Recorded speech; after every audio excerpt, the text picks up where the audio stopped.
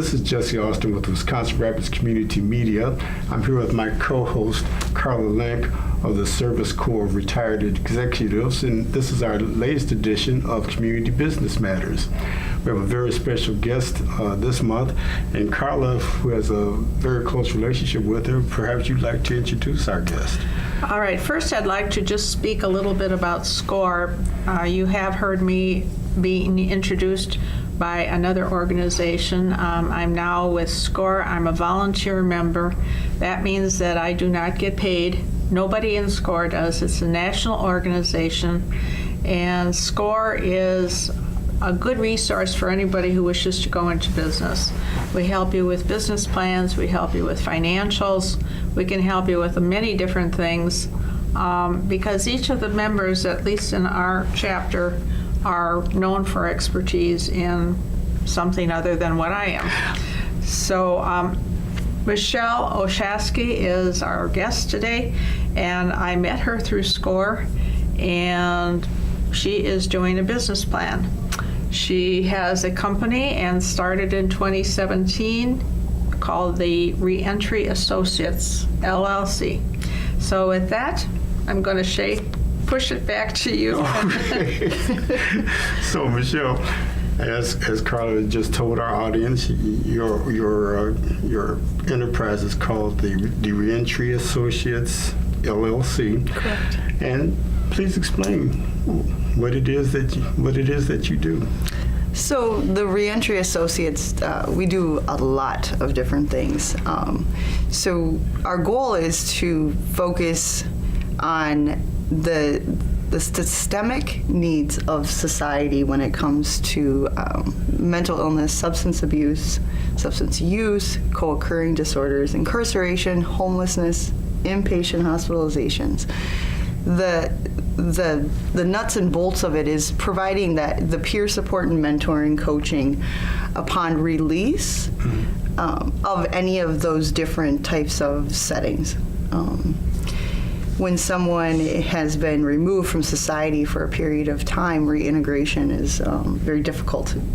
Navigating the systems, understanding how things work, reunification with family can sometimes be the biggest barrier to successful reintegration. So that is really our premise. However, we do other things because each one of us brings a different skill to the table, or skill sets to the table. And my role in the business is primarily the advocacy role. So what I do is travel statewide. Sometimes I do leave the state to also advocate, but primarily I'm in Wisconsin. And what I do is bring awareness and facts to the table about what is going on. How did Wisconsin become one of the top states, I believe we're number 10, that incarcerate folks? I was unaware of that. Yes. And Wisconsin spends $1.2 billion per biennium on incarceration. That is just the Department of Corrections. It does not include jails, hospitalizations, emergency detentions, none of that. Does not include that whatsoever. So with that in mind, $1.2 billion is a significant amount of taxpayer money to keep people in cages. Right. And so this directly ties into the work that you do, because and we'll go into this in more detail later, but you point out that a lot of this incarceration might not be necessary because there are other issues at play here.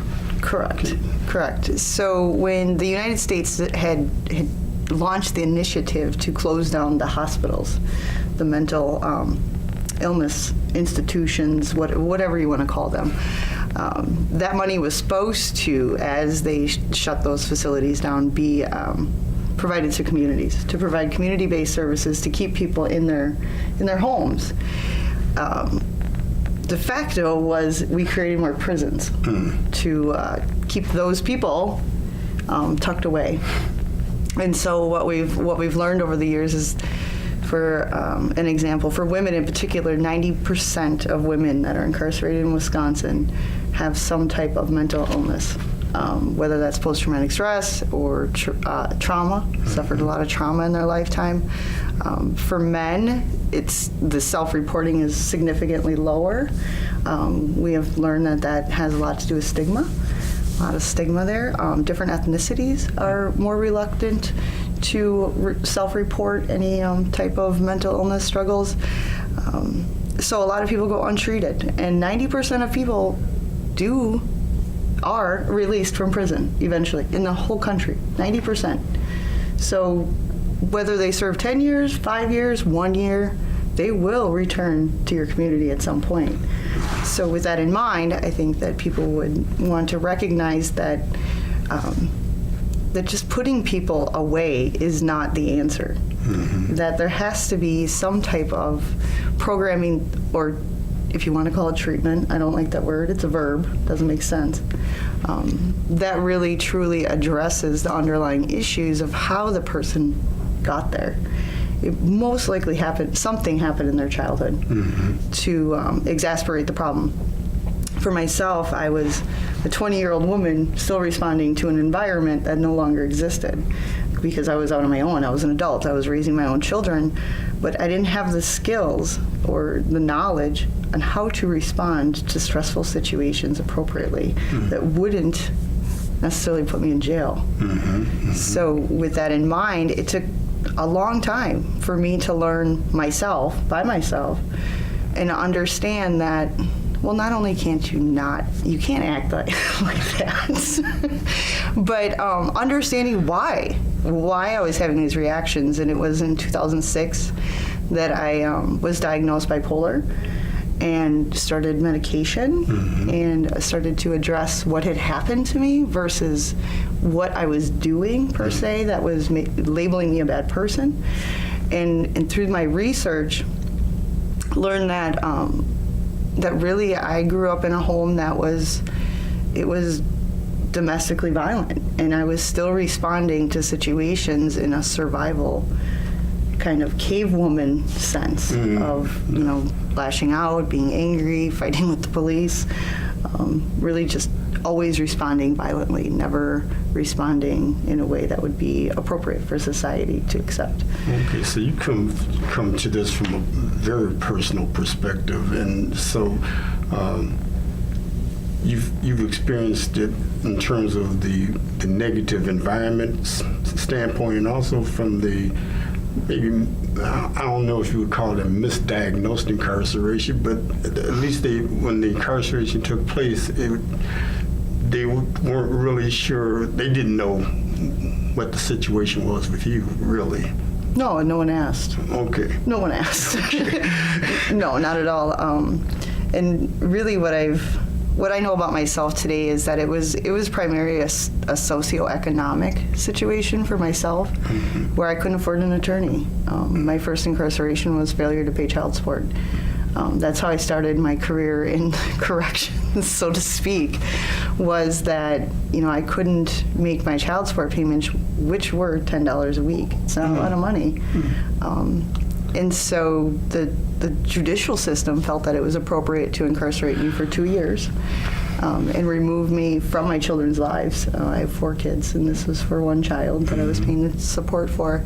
And during my incarceration, a lot of bad things happened to me, around me. I seen a lot of really, I don't even really know how to describe them, but just being in an institution with hundreds of women and hearing their stories mm-hmm. and learning that my story didn't even come close to some of the things that they had experienced. And we're all broken, and the system continues to break you down. You're sent there as a punishment. Mm-hmm. However, in Wisconsin, we continue to punish during the sentence mm-hmm. with the humiliation, degrading people.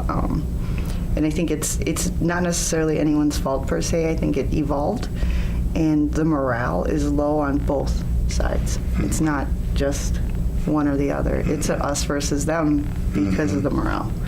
So after having to experience this situation, then you have also experienced the reentry back into society aspect of it. So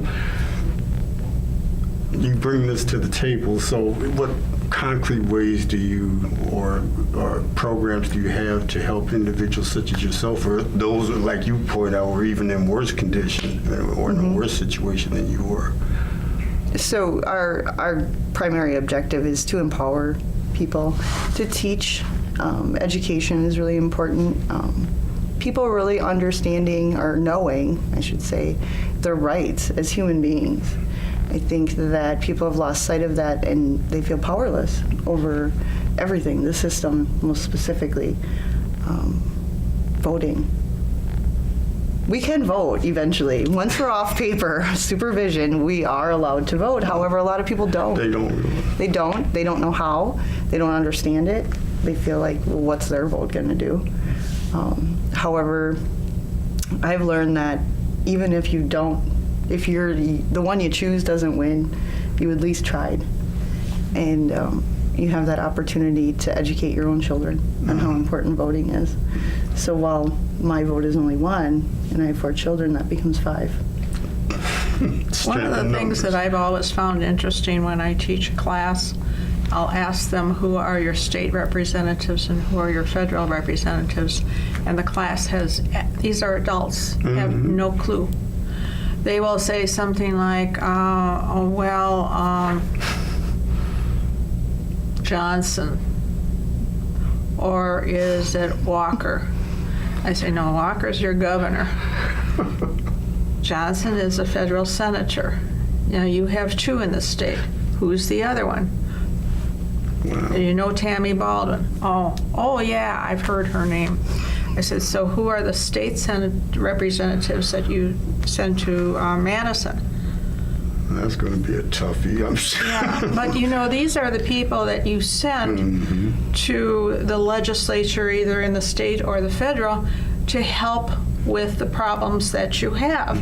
You are a constituent. They didn't even know what that meant.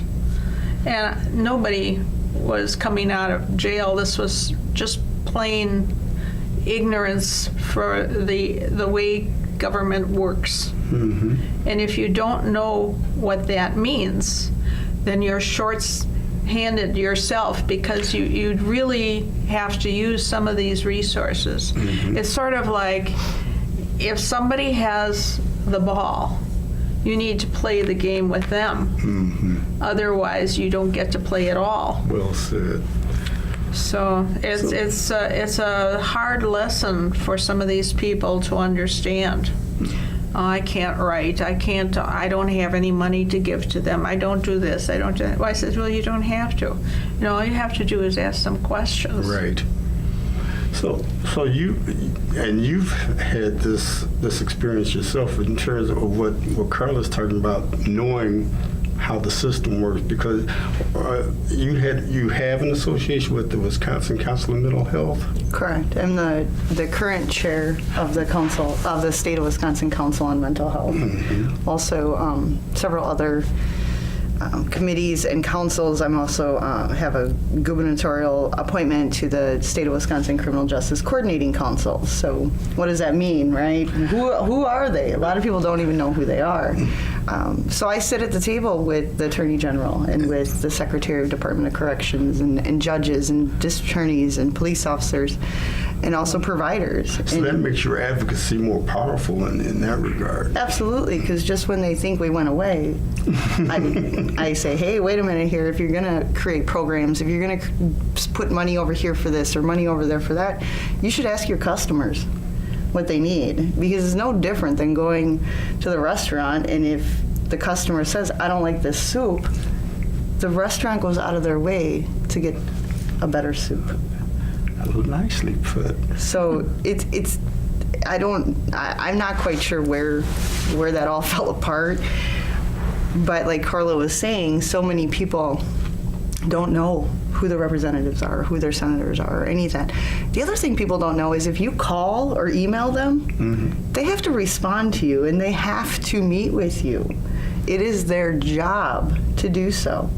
So if I call and I say, I would like to set up an appointment with you, it is in their best interest, and I'll be honest, to call me back and set up an appointment.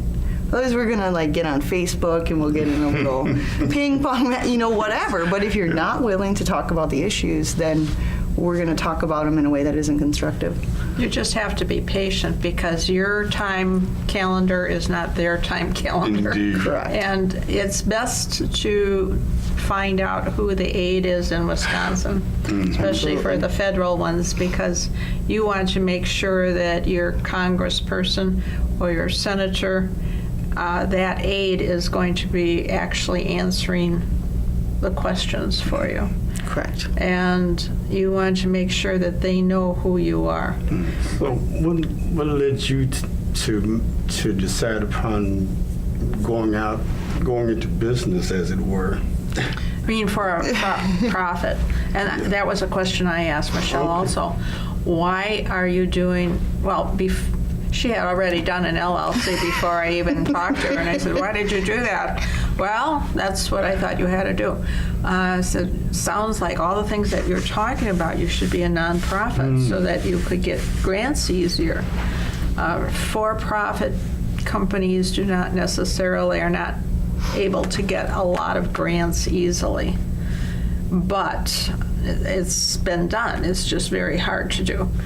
So with that, she went out and put her papers in for a nonprofit. So she's got a nonprofit also. I mean, you don't say much to Mishelle before she grabs onto it and just runs with it. Correct. So the reason why I went LLC in the initial stages of all of this was to break away from the red tape and to also have ownership. Working for a nonprofit, you can lose real quick. If that nonprofit, in fact, decides they don't want you around anymore, and your boss is a board of directors, so you have all these different personalities, you have all these different perspectives, all these different views, and while you may have engaged with that organization because you were passionate about something, they may switch that up on you. So having the business side of things with an LLC, no one can change that. That's going to go whichever way I want it to go. And yes, it is very difficult to receive grants. However, it's very difficult to receive grants when you're a nonprofit as well, if you don't in fact have a fancy grant writer. So you spend hours and hours and hours working on a grant that you may not even get. There's no guarantee. Now, if I go over here and spend hours and hours and hours on a business, there's more of a guarantee because I'm there. I'm speaking. Grants, they're sent into the world. And then you wait weeks, months to hear if someone liked your idea. So this way, really, it was about cutting the red tape. But I quickly learned that other people wanted to be involved in the Reentry Associates. And it's like, well, I'm not willing to give it up. I'm not willing to split shares. I'm not willing to do any of that yet. Not yet. However, what does a nonprofit look like that would complement the Reentry Associates? And so that was something I sat down and I was like, it's important that if we're going to employ people with a criminal justice background that have mental illness, substance use, they have drug convictions, that there is an entity that protects them in employment. And so we developed a nonprofit called the Peer Association. So it's just like being a part of any other association or group of folks and having the tools you need to stay to know your rights as an employee, to know your rights as a human being, about workplace harassment, all those different types of things, because we are second-class citizens. We are. We're treated that way. The minute someone sees that you check the box that you're a felon, odds are you're not even going to get the interview.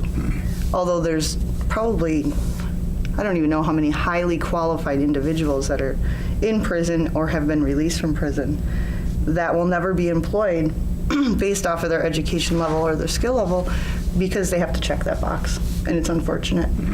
So if I can do this and I can teach this to someone else, we're going to have a lot of entrepreneurs because there's a lot of trade skills.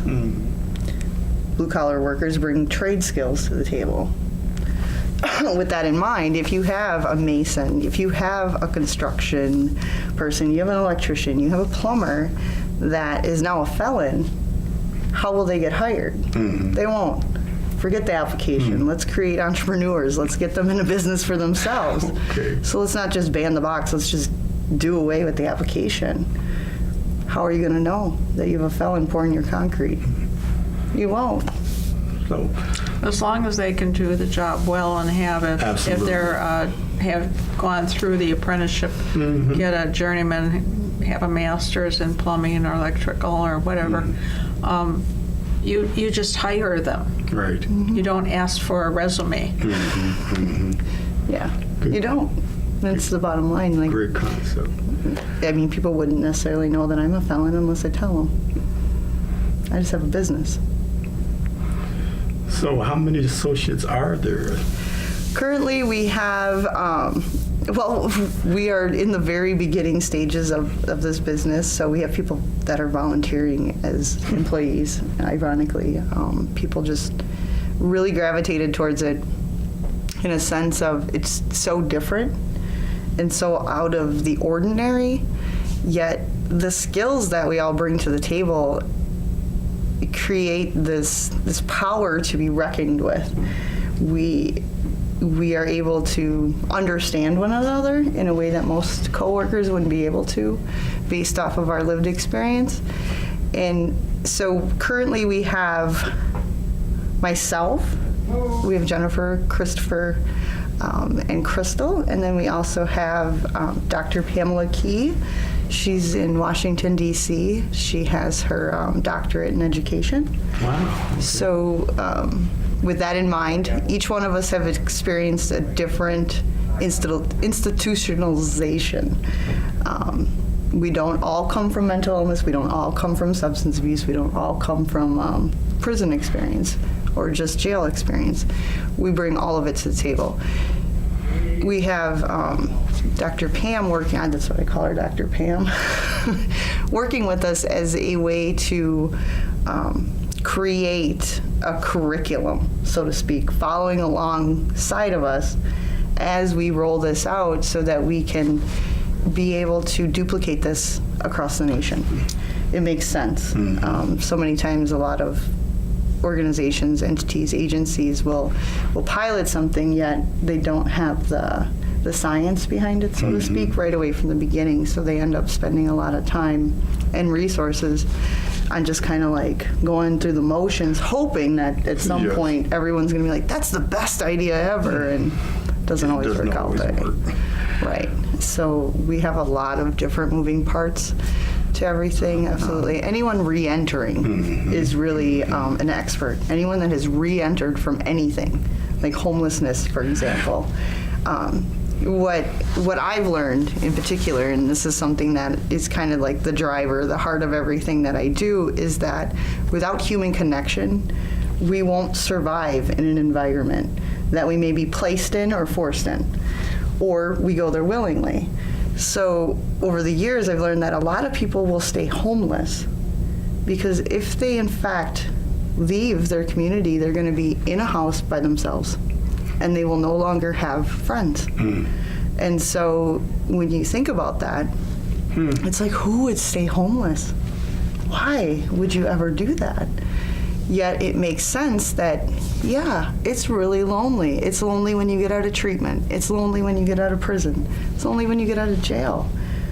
So if you don't have anyone there, per se, that has experienced the same thing you did, it's going to be really lonely. And the odds are you're going to go back. Yeah. And I'm probably misreading there were a couple of quotes that you had that I really appreciated, and one was on that point about how our perspective has to shift to building community connections, Correct. not cages. Correct. Yes, absolutely. So communities have kind of defaulted to that it's the police's problem, it's the Department of Corrections problem, it's everyone else's problem but the community as a whole. And because of that, people are being ostracized. People are being pushed out of communities because they struggle with whatever it may be. All of us have some type of addiction. All of us, smartphones, water bottles, Coffee. coffee. Correct. Yeah, except those things may not have an adverse effect on your life. However, it's not that different. If tomorrow legislators said coffee is illegal, would you still drink it? Probably. Probably. There must be a black market someplace. Absolutely. So We then can get it on the corner. right, and then what happens? You get arrested, you go to jail. I mean, so we created this. The United States created this. The problem, as you're talking, the problem that I see is there's so many agencies that correct the immediate problem, but they don't provide the resources after they think the problem is solved. So somebody is released from whatever, an institution, and then here, gates are open, go, be good. How? Right. Yep. What are the resources? They don't even give you the name of the resources. They don't know what they are either. They don't. Well, that's the true, breakdown. because nobody has pointed to that perspective. Good point. Everybody just thinks, well, now you have served this time, and we've given you some free food, and we've done this, and we've done that, and now you should be good because you know that what you did was wrong. Right. Mhm. Correct. But in order to be good, or to be able to become a member of the community, you also have to have other resources. Correct. You have to find place to stay. You have to be able to, now halfway houses exist. I'm not sure that that's an end in itself. I mean, there's some problems with that also. But who are the other agencies that would have resources to help some of these people? The Reentry Associates. That's one. And the reason why, how I know this, and I can say it very, like, I can affirm this, is that when we were active in our addictions or our alcoholism or crime sprees, whatever, we knew where all the good dope dealers were. We know where the bars over pour. We know where you can shoplift and probably not get caught. So if we've re-entered successfully, I bet you we know where the housing is. We know where the treatment is or the center you need to be in. And we know where your medication is obtainable. We know which psychiatrist takes your insurance. We know all of those things. It's no different. It's just a matter of taking what we used to know and flipping it. Because if we don't know the answer, we'll go find it. Just like if you're seeking out some type of drug or drink or whatever, you're going to find the next person and the next person. Right. We're very motivated to find answers or solutions to whatever need we have. So that's where we come in as subject matter experts. This has been very thought-provoking. It's just talking about business, but also talking about society at large. And so we appreciate you joining us, Mishelle. So again, our guest today on Community Business Matters was Mishelle O'Shasky. Her business is the Reentry Associates, LLC. And perhaps you can give the audience some information about how they might be able to contact you. Oh, absolutely. You can contact us on the web. Our web address is www.reentryassociates.com. If someone were to ask you, if you were on an elevator or somebody, and they were to ask you, well, what is the Reentry Associates, LLC? What is that about? What would you say? I would say that we're the subject matter experts On reentry. on reentry, Okay. on incarceration, being in jail, how to survive. Okay. That's what we do. To be educated, though, is not to know the answer, but to know where to look for the answer. Indeed. And on that note, Carla, would you have any other thoughts this week? We have more people that will be coming up within the new year that we're going to ask questions about why they have this business, where they started from, where they ended up, and you'll just have to tune in. And remember that. So thank you again, Mishelle O'Shasky. And Carla, of course. Thank you. And this is Jesse Austin, and signing off on another episode of Community Business Matters.